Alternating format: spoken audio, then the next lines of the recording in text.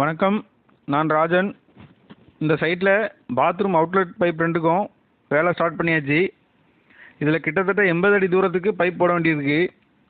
ஃபுல்லாக பார்க்கிங் கல் பேத்து எடுத்துட்டு அப்புறம் தேவைக்கு மண்ணை தோண்டி பைப் போடணும். இந்த சைட்டில் கஸ்டமர் கிட்ட ஓப்பன் கிளம்பில் வாலில் பைப் அடிச்சிடலாம்னு கேட்டேன். கண்டிப்பாக முடியாது, மண்ணில் தான் தோண்டி பைப் போடணும்னு சொல்லிட்டாங்க. அவங்க கேட்ட மாதிரியே தோன்ற வேலை ஆரம்பித்தாச்சு.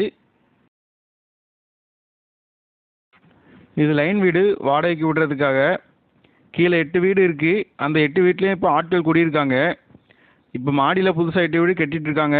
அந்த 8 வீட்டுக்காக தான் அங்கே வேலை நடந்துக்கிட்டு இருக்கு. லென்த்து ஃபுல்லாக தோண்டியாச்சு.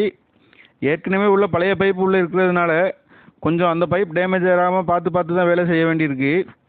பழைய பைப் லைன் மட்டும் இல்லாமல் பழைய சேம்பரும் உள்ளே தான் இருக்குது. அதனால் வேலை கொஞ்சம் கஷ்டமாக தான் இருக்குது. இருந்தாலும் வேலை நல்லபடியாக போயிட்டு இருக்கு. ஃபுல்லாக தோண்டி முடித்த அப்புறம் பாட்டம் கணக்கு பண்ணி இந்த மாதிரி சிமெண்ட்டில் புள்ளி வைப்போம். ஒவ்வொரு பிளம்பரும் ஒவ்வொரு முறையில் வாட்டம் கணக்கு பண்ணுவாங்க. எனக்கு இந்த மாதிரி பண்ணுறது சரியாக இருக்கும். புள்ளி வச்ச அப்புறம் நாம் பைப் ஜாயின் பண்ணி ஈஸியாக வேலை முடிச்சிடலாம். இதில் புள்ளி வச்சதுக்கப்புறம் பைப் போட்டு வேலை பார்த்துருக்கோம். இதில் ஒரு சேம்பர் பிளான் பண்ணியிருக்கேன். இந்த சேம்பர்லேருந்து இன்னொரு 30 அடி தூரம் தள்ளி இன்னொரு சேம்பர் பிளான் பண்ணியிருக்கேன். கஸ்டமர் இந்த சைட்டில் உள்ள பழைய பைப் எல்லாமே யூஸ் பண்ண சொல்லி கேட்டாங்க. அந்த பழைய பைப் எல்லாம் யூஸ் பண்ணி முடிச்சதுக்கப்புறமா புது பைப் யூஸ் பண்ணிக்கலாம் அப்படிங்கிற மாதிரி சொல்லிட்டாங்க. அதனால் ஃபுல்லாக முதல்ல பழைய பைப்பு தான் யூஸ் பண்ணிக்கிட்டு இருக்கோம். ஃபுல்லாக பைப் போட்டு முடிச்சாச்சு.